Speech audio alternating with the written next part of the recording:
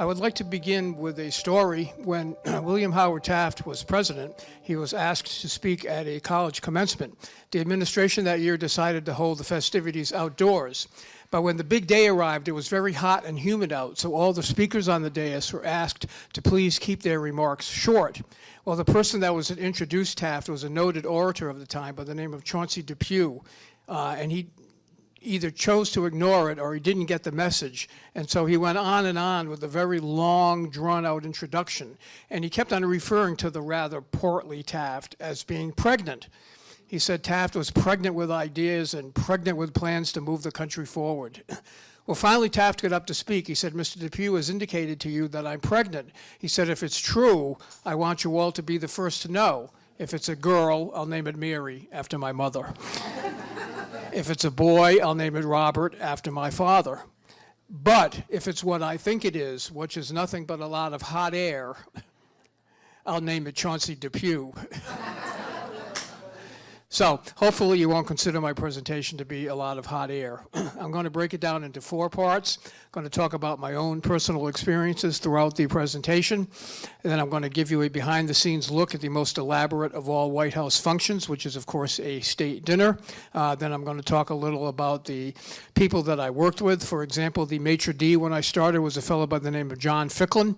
John started his career at the White House as a pantry boy in 1939 when Roosevelt was president. So you can imagine the stories that he had to tell. And then lastly, as Kim said, we will do a Q&A. So please, if you have any questions, hold them to the end. Now, I have a feeling that if we started with the Q&A, the first question would probably be, how did you get this job? So that is where I will begin. I am a native of the neighboring state of Rhode Island, but I was living in southern Florida back in the mid-'70s when I took a book out of the library called Upstairs at the White House. It was written by a fellow by the name of J.B. West. Mr. West was the head usher. Now, at any one time, there can be up to 100 or more full-time employees at the White House, from butlers to maids to chefs to plumbers to electricians, and they all fall under the administration of the usher's office. And I thought the book was a fascinating account of the various day-to-day dealings that he had with the first families that he worked for. At that time, I developed an interest in writing political humor.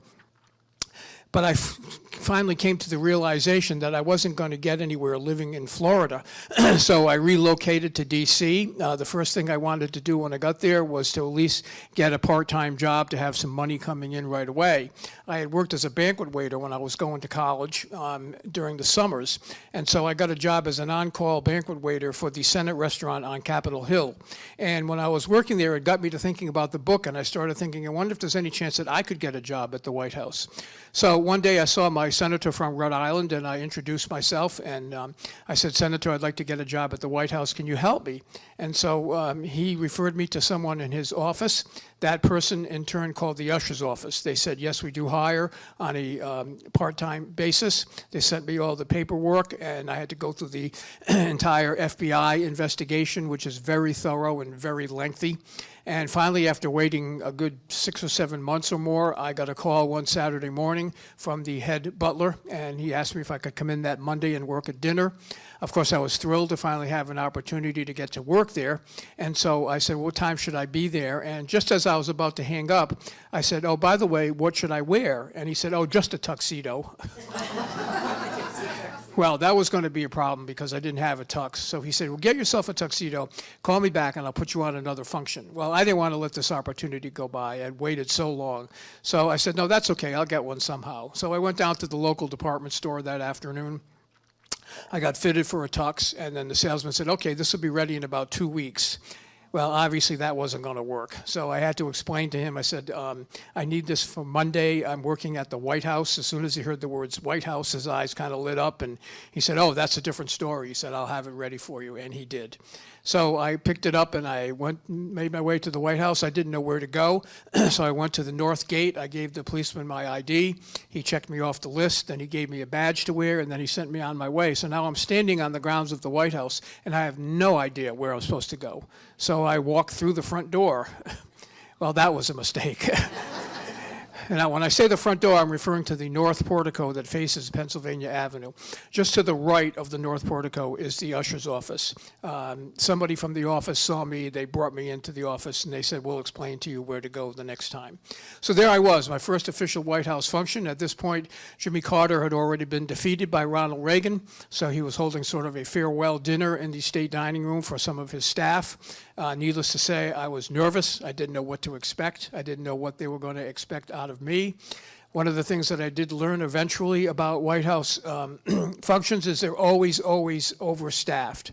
The White House gets its budget from Congress, so when it comes to entertainment, money is no object. Well, let me rephrase that. Your money is no object. But this was good for me because all I had to do was walk around the state dining room that night with a bottle of wine and pour refills as needed. So that was easy. This was in December, which is, of course, the busiest month of the year because of all the Christmas parties. And I'm going to talk to you about one in particular. It happened on December 22nd. You might think, what's the big deal about a Christmas party on December 22nd? Well, the big deal was that it was held outdoors. Now, D.C. weather-wise at that time of year can be just about anything. It can be snowing, cold, freezing rain. Fortunately, it was a beautiful sunny day. Apparently, the Carters were big figure skating fans, so they actually erected a skating rink on the south lawn of the White House, and they invited former Olympic gold medalist Peggy Fleming to come and perform. And it was two parts. It was an afternoon performance and an evening performance. Now, in the afternoon, first of all, they gave us these big, heavy Army pea coats to wear over our tuxedo pants. In the afternoon, I was on the grill. So with the heat from the grill, the sun, the jacket, I was pretty comfortable. At night, it was a completely different story. The temperatures dropped, the sun went down, and believe me, it was cold. It was so cold that I saw a congressman with his hands in his own pockets.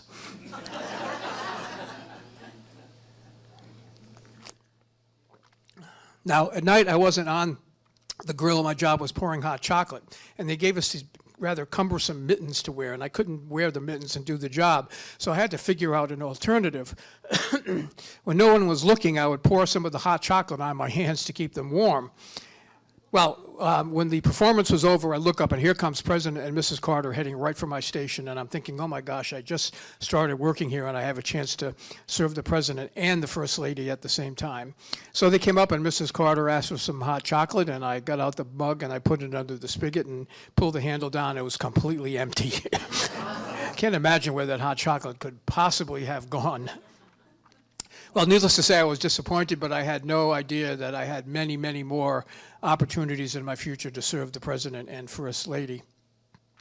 Now, Ronald Reagan took the oath of office on January 20th, 1981, and on January 21st, the Reagans held their first official White House function. It was a huge reception on the state floor for about 700 or 800 people. Everything that evening was passed, all the hors d'oeuvres and all the drinks. I was one of the first butlers out of the pantry into the Red Room. The first three people that I saw were Vin Scully, who was the voice of the LA Dodgers baseball team at that time, Lou Rawls, and Ray Charles. These were the first three people. So you can just imagine the guest list. Frank Sinatra was there, Johnny Carson and Ed McMahon and Bob Hope and Jimmy Stewart, and believe me, I could go on and on. Well, word came down that the President and Mrs. Reagan were about to make their first official appearance. Now, I mentioned earlier about the usher's office. If you go through the north door and through the office to the other side, there's another door, and you go through that door and you step out into a little foyer, and that's where the President's elevator is located. So the President and First Lady would come down the elevator, they would get off at that floor, they'd make a left, they'd go walk through that foyer and step out onto the state floor. To their immediate right would be the state dining room, then the red room, blue room, green room, east room. And that's what they did. They came down and they walked down the corridor, and all the guests followed in behind them into the east room, except for two people, and it was Tony Bennett and his wife. For some reason or other, they decided to wait until the President and First Lady and their guests got into the east room, then they started walking down the corridor. They had no idea that I was standing right behind them. As they did, Tony put his arm affectionately around his wife's shoulders, and she put her arm around his backside, and then she reached down and pinched his bottom. Certainly a historic moment in the history of White House entertainment.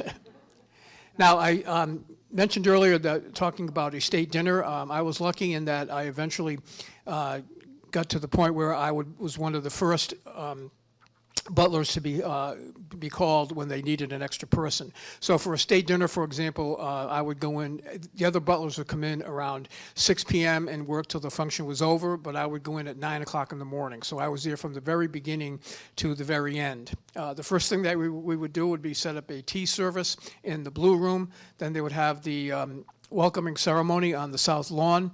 Eventually, the president and visiting head of state would adjourn to the Oval Office, and then some of the dignitaries would come up to the Blue Room. We would serve coffee, tea, and pastries, and then when they left, we would break that down and go back to the pantry, put everything away, have lunch, and then we would start the setup. At this point, it would be about 12:30. Dinner doesn't start till 7:30, so this gives you an idea of how much preparation goes into a state dinner. Now, at this point, I want to give you a very brief history lesson on state dinners. I'm going to go back to take you back to the Eisenhower administration. If you were a guest at an Eisenhower state dinner, you would be one of about 85 people. You would sit at what they call an E-shaped table, so it was one long table here, here, here, just like the letter E. There would be 6 courses served. There would be all American style foods and American wines. There would be no mixed drinks. If there was any alcohol, it would be in the form of a rum punch. And that's pretty much what a state dinner looked like back in those days. When the Kennedys came in, Jackie Kennedy decided she didn't like the E-shaped table, so she got rid of that and brought in round tables that would seat 10 people. So she was able to increase the guest list to about 100 or more, 110 or so. She reduced it from 6 to 4 courses. She's hired a French chef to serve more European-style foods, and they started serving more European wines. So the first thing that would happen would be the housemen would come in with the tables, and they would set them up. Then we would put the cloths on, and then the maids would come down, and they would iron all the cloths, and we would begin the setup. There would be 3 courses set at the table. The first course was usually fish. The second, or the main course, was usually meat, and the third course was salad. So when we set up from the inside out. We started with the salad, fork, and knife, then the main course, fork and knife, and then the fish course, fork and knife. And as a guest, you would eat from the outside in. Every place setting had a napkin. It was a simply folded white napkin with the eagle embossed on it. Every place setting had 4 different glasses: white wine, red wine, a water goblet, and a champagne flute. Every place setting had a menu, and it would look exactly like this. This is an actual menu from a state dinner, and of course you can come up later and get a closer look. Every place setting had a name tag. This one just happens to say the president on it. Every table had a beautiful flower arrangement. The White House has its own flower shop and its own full-time florist. Also, we used to put little tins of mixed nuts on the table and little tins of Godiva chocolates. And one of my favorite jobs was sitting in the back room surrounded by boxes and boxes of Godiva chocolates. And I put some in the tins and I put some in my pockets, and I never went without Godiva chocolates. Now, scattered around the dining room were service tables, and on the service table would be a dessert plate. On top of that, a doily, then a finger bowl with some water and a sprig of mint, and then your dessert fork and spoon. One of the other butlers is telling me that he put the finger bowl in front of a lady guest one evening, and she didn't know what to do with it, so she picked it up and started drinking the water. I don't know how true that is, but he insisted that that happened. And that actually brings me to protocol. Every table has a host or a hostess. Usually there's someone from the administration or someone who's been to many state dinners, so they know exactly what to do. So as a guest, all you have to do is follow what the host or hostess did. Back in those days, another protocol was that husbands and wives did not sit together during dinner. Back in those days, all the food was served what they call Butler style. So you had all the food on one tray, and you had 2 butlers per table. So let's say I was the lead butler, and we were serving the main course. I would present the tray to the host or hostess left and then hand them the serving pieces. They would take whatever they wanted, put the serving pieces back on the tray, and then I would go counterclockwise around the table. And then the second butler would come with the vegetables, and that's how everything was served back in those days. Even breakfast was served that way. Today it's different. Today everything is pre-plated. Now, one time we made a couple of exceptions because the entertainment that evening was George Shearing, the blind pianist. And he was allowed to sit with his wife because of his handicap. And all his courses were pre-plated. And I remember I put the first course in front of him, and his wife seemed to be duly impressed because she turned to him and she said, "Oh, George, will you just look at that?" Another time I had Frank Sinatra at my table. Prior to dinner, he was regaling the guests at the table with a story about how he had punched out a reporter and put him in the hospital.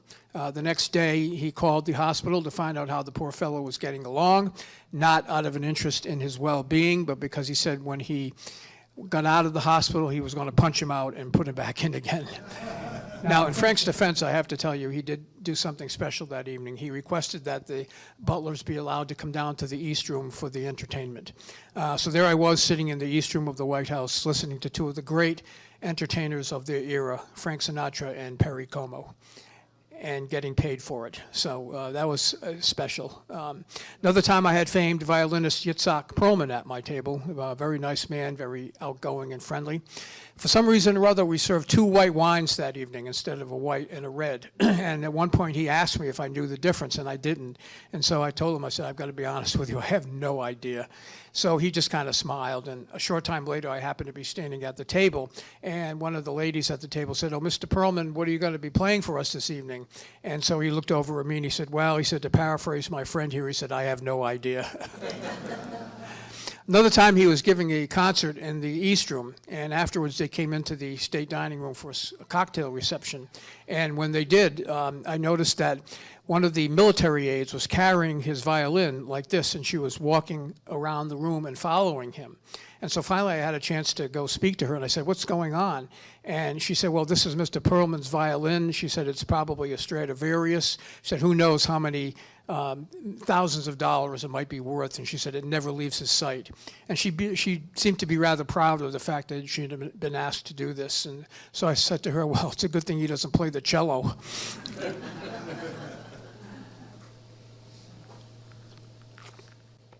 I'm glad you laughed because she didn't. Now, guests came up from the south portico to the staterooms, and we would pass hors d'oeuvres and drinks. Eventually, the President and First Lady and visiting head of state and spouse would come down the grand staircase, and the Marine Band would be in the foyer playing Hail to the Chief. Then they would go into the East Room for the entertainment, and then when they came out, they would filter into the dining room, and dinner would be served. Now, I mentioned earlier that dinner started at 7:30. You could pretty much set your watch by that. Not 7:29 or 7:31, but dinner started immediately at 7:30. And I worked many state dinners, and it was the same story. The White House, when it comes to entertainment, and especially state dinners, is extremely efficient. I think any company in the country would be jealous to be able to recreate how efficient the White House is when it comes to service like that. Generally speaking, the maitre d' is the person who controls everything. It's almost like military style. For example, let's say that we were waiting for everybody to finish eating one course. He would walk around the room and he would check all the plates, and then when he thought we were ready, he would nod to the president's table, and when we saw that, we knew that it was time to clear. And so it was almost like a ballet. Everybody would start clearing the plates. So like I said, the White House is extremely efficient when it comes to serving like that. And there's a couple of reasons. One is because the White House has been doing these kinds of functions for many years, and so it's almost like they know exactly what's going to happen every occasion. And it's also partly has to do with the fact that the White House employees have a lot of fidelity to the White House. I mentioned John Ficklin earlier. He was there for 44 years. His successor was there for 35 years. There was a fellow who just retired recently named Buddy Carter. He was there for 40 years.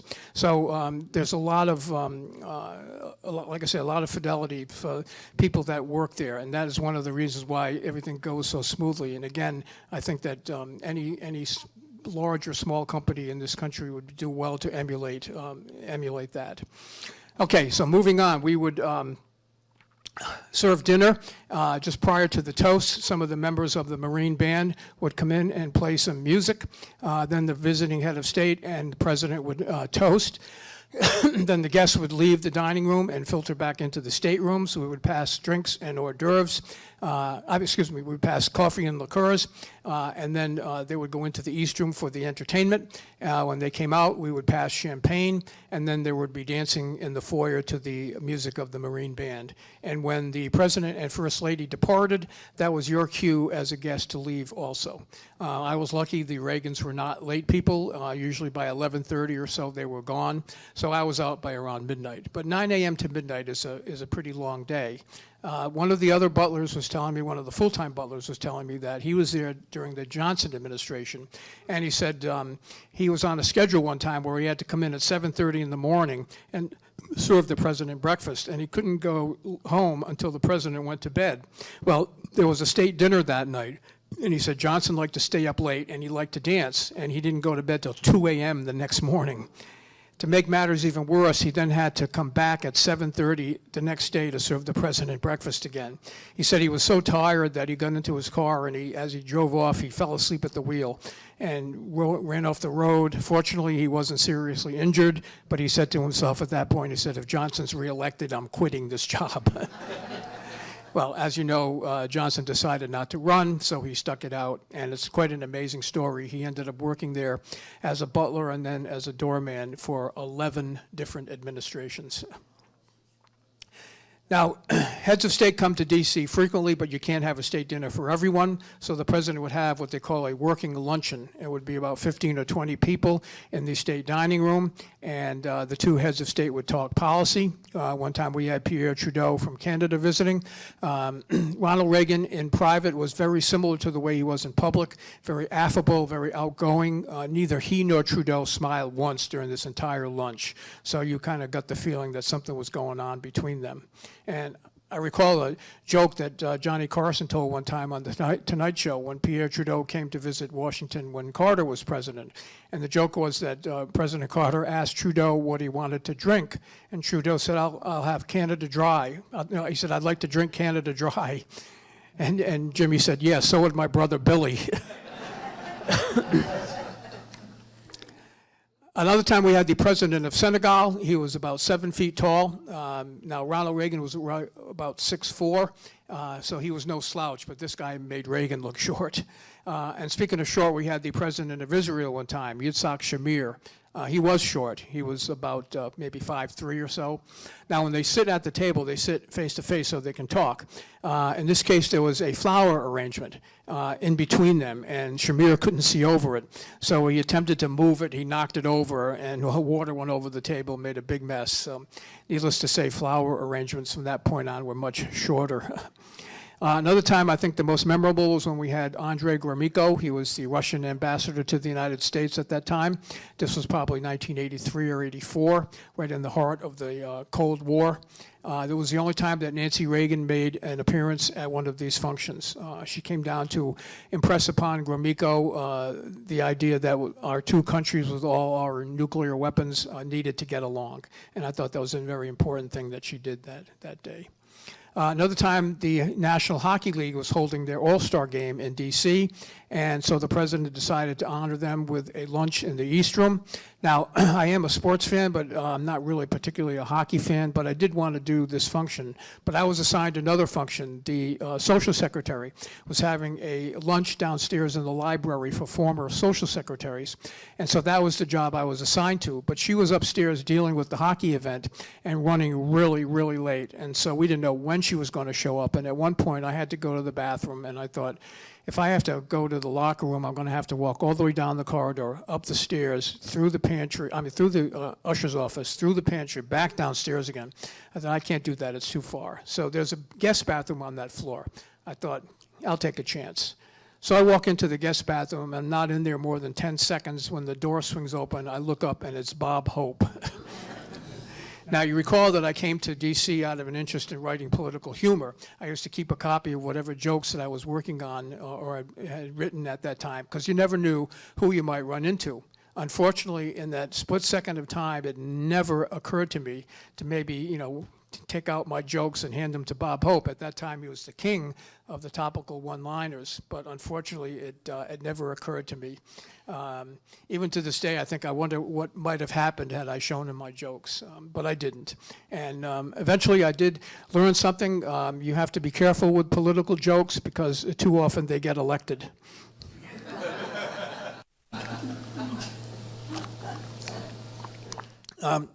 Another time we were doing a dinner in the Red Room, and it had sort of a Notre Dame theme to it. Father Hesburgh, who was president of Notre Dame at that time, was there. The coach of the football team was there, and former NFL great Frank Gifford was there. The plan was to have hors d'oeuvres and drinks in the Blue Room, dinner in the Red Room, and then they were going to go downstairs to watch a movie. I was assigned to Nancy Reagan's table that evening, and just prior to service, they asked Father Hesburgh to get up and say grace. Now, there was a little Marine combo playing music out in the hallway, and they were unaware of what was going on in the Red Room, and so they had to be silenced. And Mrs. Reagan looked at me and gave me the look to say, "You better do something about this."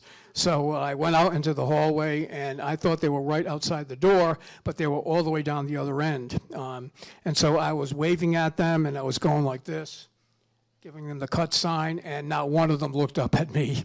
So I thought, well, if I have to run all the way down the hallway, it's going to be too late. So I just shut the door, and fortunately that muffled them enough so Father Hesburgh could say grace.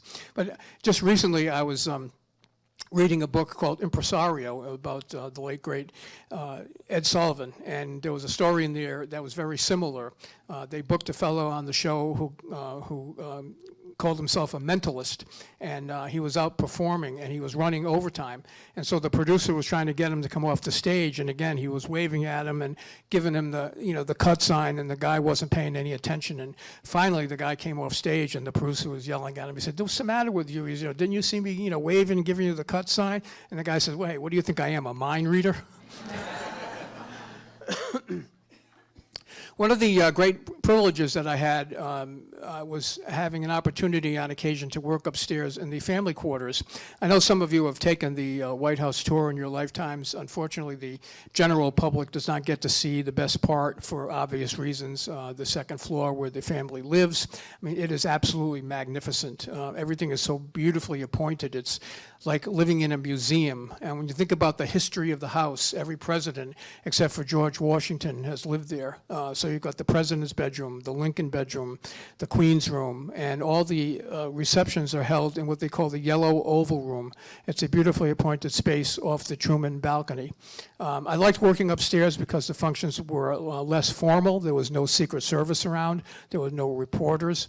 The functions were smaller. We would hold dinners in what they call the family dining room, and it would hold around 4 of those round tables, so about 40 people. One of the ones that stands out in my mind, we were hosting Helmut Kohl. He was the Chancellor of Germany at the time, and his wife. And I remember setting up late in the afternoon that day, and all of a sudden the door swung open, and in came President and Mrs. Reagan, both dressed casually, and they were walking around the room, and I happened to be standing at the president's table at the moment, and he came over to the table and he said, "Oh, I just want to see who I'm going to be dining with tonight." And now he had just signed a photo of me serving both he and Mrs. Reagan, and of course it's a wonderful keepsake for me, and I wanted to thank him, even though I knew he would have no idea what I was talking about. So I said, "Oh, Mr. President, you signed this photo for me, and I just want to say thanks." And he smiled, and he said, "Oh, you're more than welcome." He said, "I'm happy to do it anytime." And that's the way he was. He was very affable, very, very likable person. 2 things made that evening special. One, the president normally has a full-time butler who serves him at each and every function. I guess he wasn't there that evening, so the maitre d' asked me to be the lead butler on the president's table, so that was kind of an honor for me. The other thing was the entertainment. It was the late, great Marvin Hamlisch, who I think is one of the great American composers.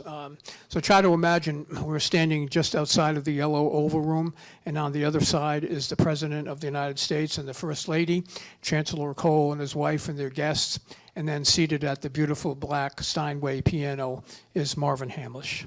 And then try to imagine Marvin Hamlisch playing the way we were. It was a very special moment.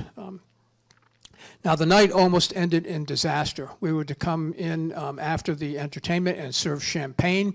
I was the first butler in. I had 4 champagne glasses on a tray.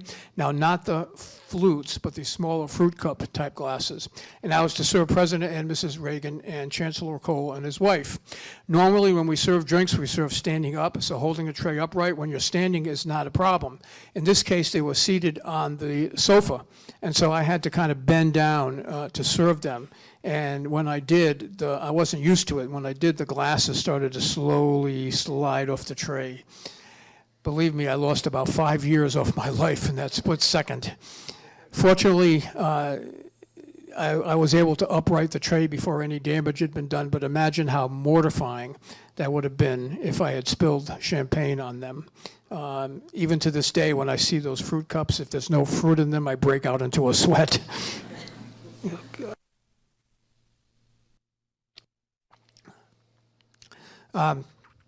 I mentioned earlier about talking about some of the people that I worked with. Again, John Ficklin was the maitre d' when I started. He started in 1939. John's brother Charles was a butler at that point. He started in 1935. And there's been a member of the Ficklin family in service to the White House in a part or a full-time capacity ever since. John retired in 1983, and when he did, my first thought was, boy, this is someone who really needs to write a book, and I wanted to be the one to help him. So I spoke to his brother Sam, who was still a part-time butler. Sam talked to John. John said yes, he was interested, and he invited me over to his house. I met his wife and his son, and then we sat down and talked.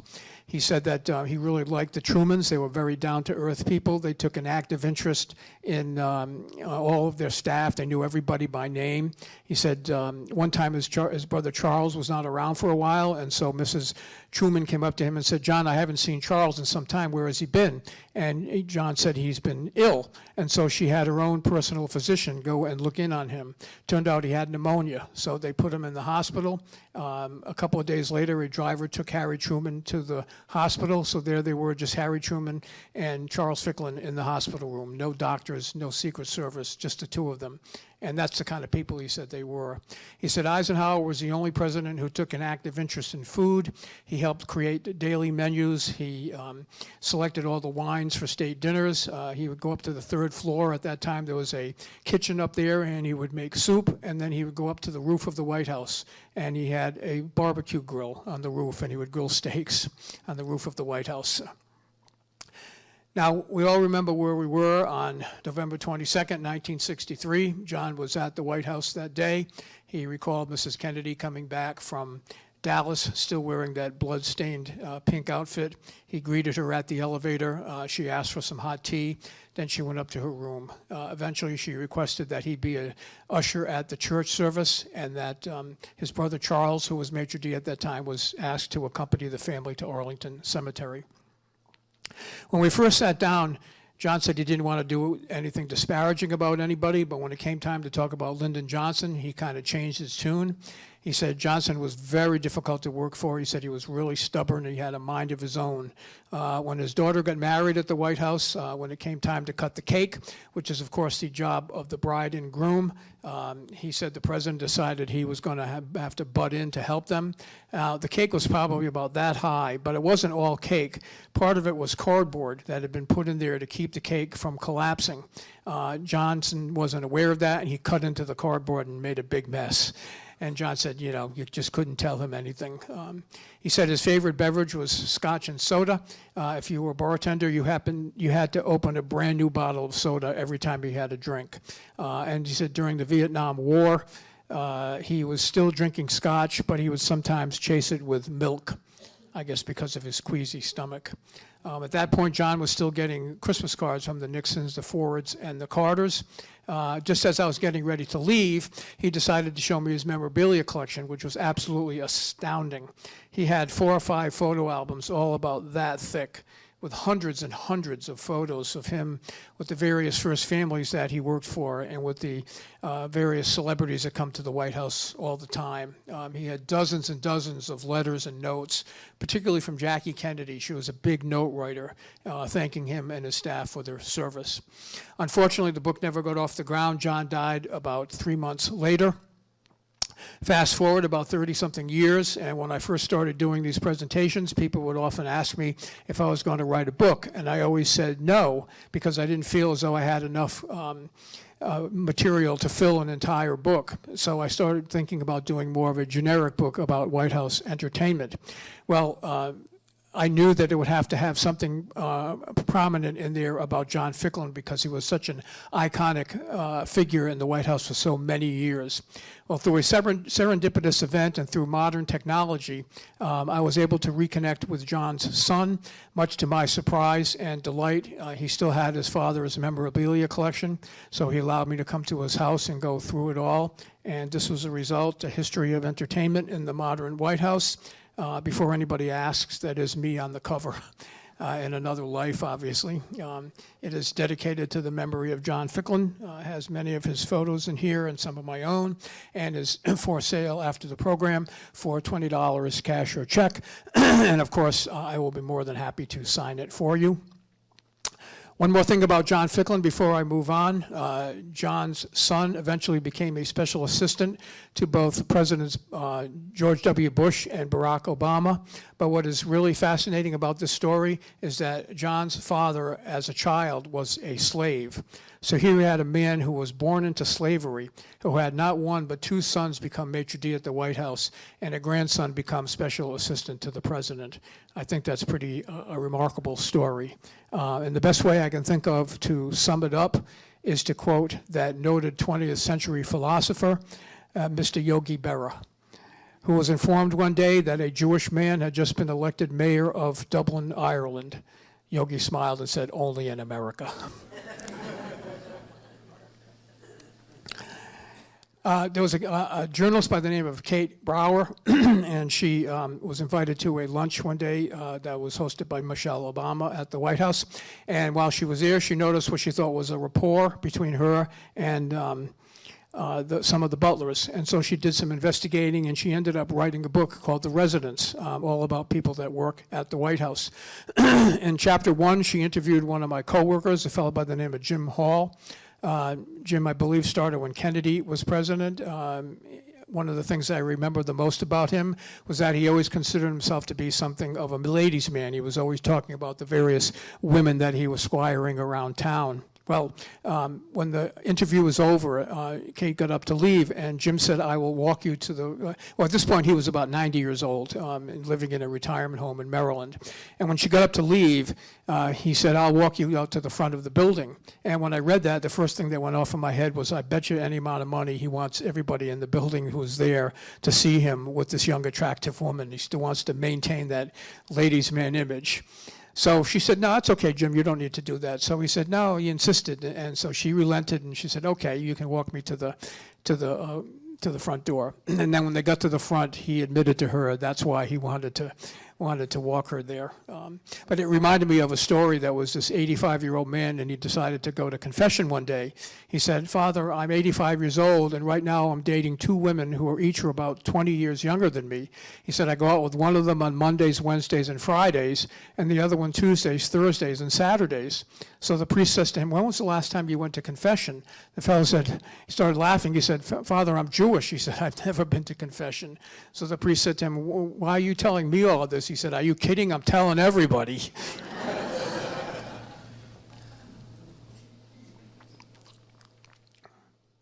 Another fellow that I worked with is a fellow by the name of Jim Ramsey.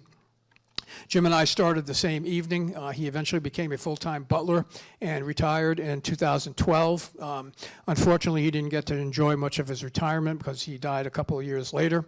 And the person who came to the funeral to deliver the eulogy was Laura Bush. So I tell you this story because it gives you an idea of how close the first families come with the butlers and the maids. Another fellow that I worked with was named Freddie Mayfield. Fred was a doorman. I believe he also started when Kennedy was president. I asked him one time, "Fred, who was your favorite president?" And he said it was Richard Nixon. And that kind of took me by surprise. So I said, "Why?" And he said, "Well, he and Nixon had something in common. They both liked to fish." And he said every now and then when Nixon would leave the White House and go to Key Biscayne, he would take Fred with him. and he would take them out on fishing expeditions. So I tell you this because, you hear a lot of negative things about Richard Nixon all the time, and obviously the man did have his human side. Now, from a personal standpoint, I have to tell you, I never had much of an interest in that sport, but I did go tuna fishing one time. I caught 4 cans. John Ficklen's successor was a fellow by the name of Eugene Allen. That name might not ring a bell, but if you saw the 2013 movie, The Butler, it was based on Gene's life story, very loosely based, I might add. Gene was one of the nicest guys you'd ever want to meet. I loved working for him. He was just a great person to work for and a great person to know. I used to try to prod him to get him to talk to me about things that went on in the past. He was always very reluctant, but then if you caught him in the right mood, he might tell you a few things. He told me one time that when John Kennedy first came into office, he showed very little interest in getting to know the full-time butlers. Then one day, former President Eisenhower came to visit, and the two of them had lunch in the family dining room upstairs. And of course, Eisenhower had been in the White House for 8 years. He knew everything about all the butlers. He knew them by name. And he said immediately after that, Kennedy started taking an interest in getting to know them. Another story had to do with John Ficklen. John had a recipe at Christmas time for eggnog, and it was spiked and it was pretty strong. And one of his secrets was he would take whatever batch was left over from one year and he would store it in the refrigerator downstairs.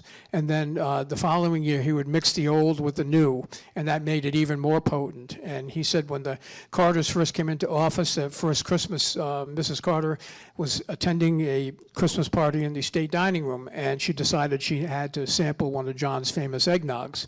And so she drank one rather quickly and didn't understand its potency.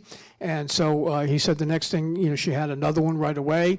And he said before he knew it, they were scrambling to find a chair for her to sit down. And he said it was the only time he had seen a first lady a little tipsy in public. I was visiting the Renwick Gallery one time, which is right across the street from the White House, and afterwards I went into the gift shop, and they were selling a DVD called Workers at the White House. I was just toying with the idea of putting this book together, and so I thought I should buy this. It might be helpful to me. And I did, and when I was watching it, they interviewed Henry Haller. He was the head chef when I was there. He started when Johnson was president, and he said something that I found amusing. He said that sometimes, he said, I have a dream that I'm back working at the White House, and he said it was such an incredible, phenomenal experience. He said that when I wake up, it's so disappointing to realize, oh, it was just a dream. And I laugh because that happens to me even to this day. I still have dreams that I'm back working there. Now, you have to realize that probably 99.9% of all the people that I worked with back there are deceased. So to be back with the working friends that I made in the atmosphere of the White House, yes, it's disappointing when you wake up, because that's what it was. It was a dream job. Try to imagine going to your place of business every day and not knowing who in the world might be there. And that is literally the way it was. I never knew when I walked through those doors who I might see. I had a chance one time to talk about my old-time favorite sitcom, All in the Family, with one of its stars, Sally Struthers, who played the part of Gloria. I had a chance to talk about comedy writing one time with the great Carl Reiner. I had a chance to hear Carol Burnett do her Tarzan yell, echoed all the way from the East Room to the State Dining Room. I had a chance to work a reception in the East Room for some of the great American sports stars, from Muhammad Ali to Willie Mays to Johnny Unitas to the incomparable Bill Russell. I had a chance to hear Benny Goodman play the clarinet and Eubie Blake play the piano in the East Room, because again, that's what it was. It was a dream job. And ladies and gentlemen, I would like to leave you with one final thought. I think that anyone who's ever worked at the Executive Mansion would agree with me. You eventually leave the White House, but the White House never leaves you. Thank you.